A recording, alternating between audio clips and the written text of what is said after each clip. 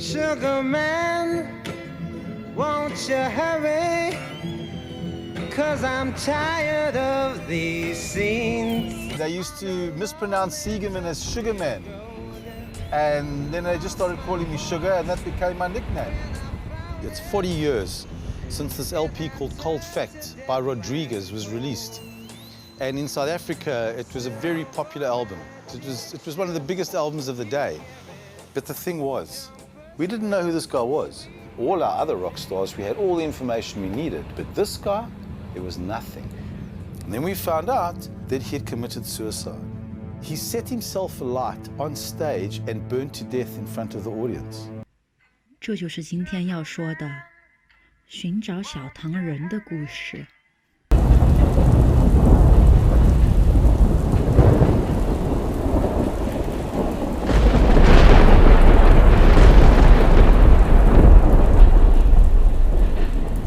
First time that I remember actually, recognizing him is Mike Theodore called me on the phone one day and said, "I have this artist I want you to come see with me. This guy's name is Rodriguez. He's working down by the Detroit River. There's a bar down there, down by the wharf, Riverside District. Let's go see him tonight, and I think you'll really like him." So that night I remember we pull up, way in this kind of isolated part of Detroit, right on the side of the Detroit River. And you could see the mist in the air coming off the river. We could feel it. And we went inside there, and as we walked in the door, we could hear behind us the sound of the freighters as they're going down the river. And so it's like you're walking out of like a Sherlock Holmes novel. And you see this guy with his back to you. So all you see is his back, and he's in a corner singing. And that's when we talked to him and figured we need to do an album on him. The only writer that I had heard of that time period was maybe Bob Dylan. 但其他人眼里的罗德里格斯却远没有如此光鲜。Did like a little roofing, some construction work. I think that's how he got his money at the time. He just was, and I say this with love, I say this with respect, but I thought he was just just not much more than a kind of a homeless person, He just was a drifter. He was just, I didn't know if he had a home, He'd look like maybe he'd go from shelter to shelter or something. I knew that guy, the Sugar Man, and his name was Volkswagen Frank. And he lived right around the corner and used to go over to Volkswagen Frank's. You could go in and get a little sugar, if you know what I mean. I've produced a lot of great ones, but he's my most memorable. He's not just a talent. He's like a wise man, a prophet. He's way beyond just being a musical artist. This guy deserves recognition.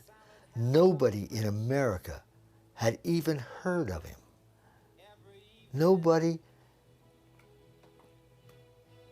even was interested in listening to him.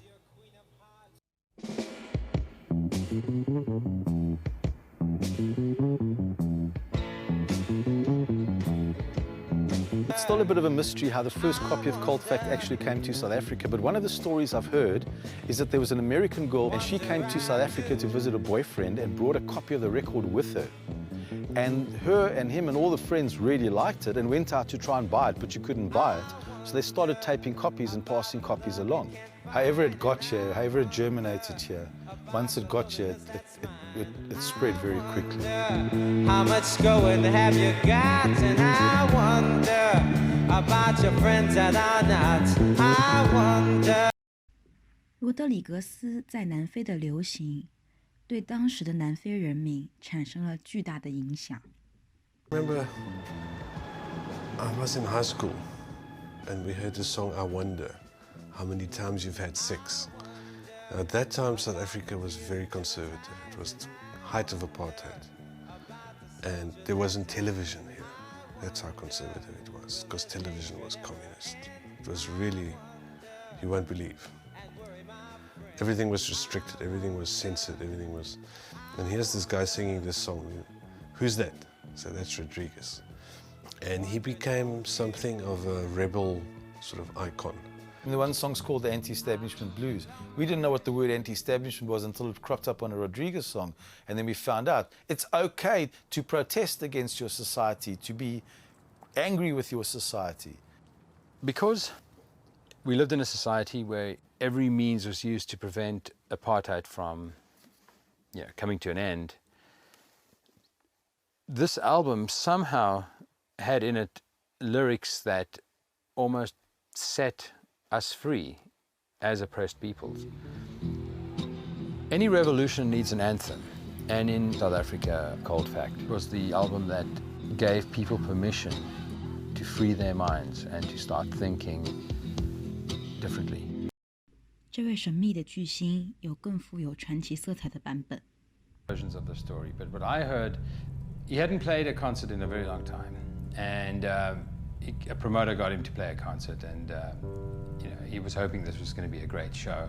Of course, the show didn't work out that way. It started out, the sound wasn't good, the venue wasn't good, a lot of the factors surrounding the show wasn't good, and as the show went on and on, it started going downhill from there. People started ridiculing him, people started whistling or making mention of the fact that the show wasn't going as planned. And it got to a point where just very quietly, very gently, he just sang his last song. Thanks for your time, you can thank me for mine.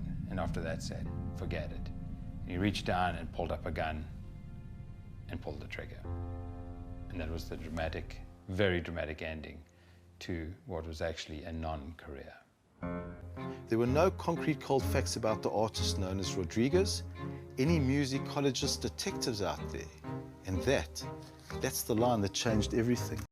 音乐侦探踏上了寻找罗德里格斯的旅途，他们辗转找到了当时的唱片公司老板。 I don't know if you've ever seen this picture. That's him. That's Rodriguez. If I had to name 10 artists that I've ever been involved with, Rodriguez would be in the top 5. Simple as that. There's nothing I've ever heard anything like him. People say, well, Bob Dylan, this. No. Bob Dylan was mild to this guy. Did it make any money? We judge things here in America. If you say, was it the top 100? Was it number, to get on the charts as number 12?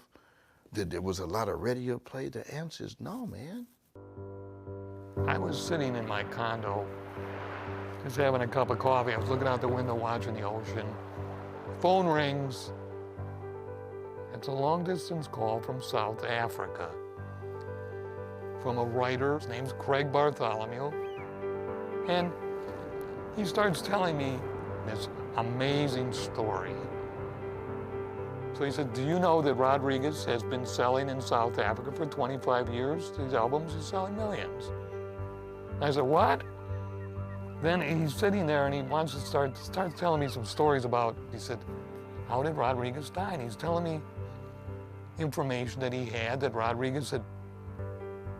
Mike Theodore was, what do you mean dead? He's not dead. Sixto is alive. He's alive and kicking. The principal artist known as Sixto Rodriguez is alive and kicking and living in Detroit. 克雷格本以为这是故事的结局，却没想到是另一个故事的开始。 Yes, August '97. I was in Kansas. I got a copy of it to me at work. I was on like a 24-hour shift, and then I went online, and that's when I discovered the website. When I went online, there was this milk carton with a picture, and it said, wanted, and have you seen this man? I was like, matter of fact, I have seen him before, you know. It's like, I replied, Rodriguez is my father. I'm serious. Do you really want to know about my father? 几经辗转，克雷格终于得以见到南非人民的反叛偶像。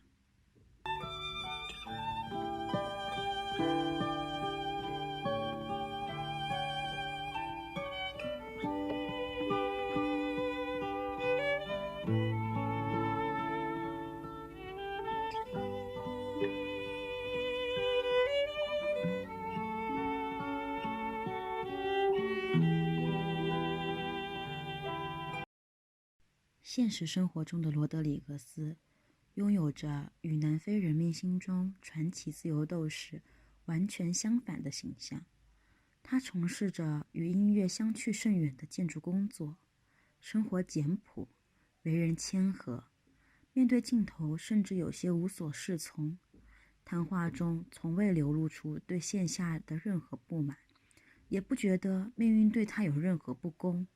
他仿佛是自己生活的旁观者，沉默地看时间流淌过去。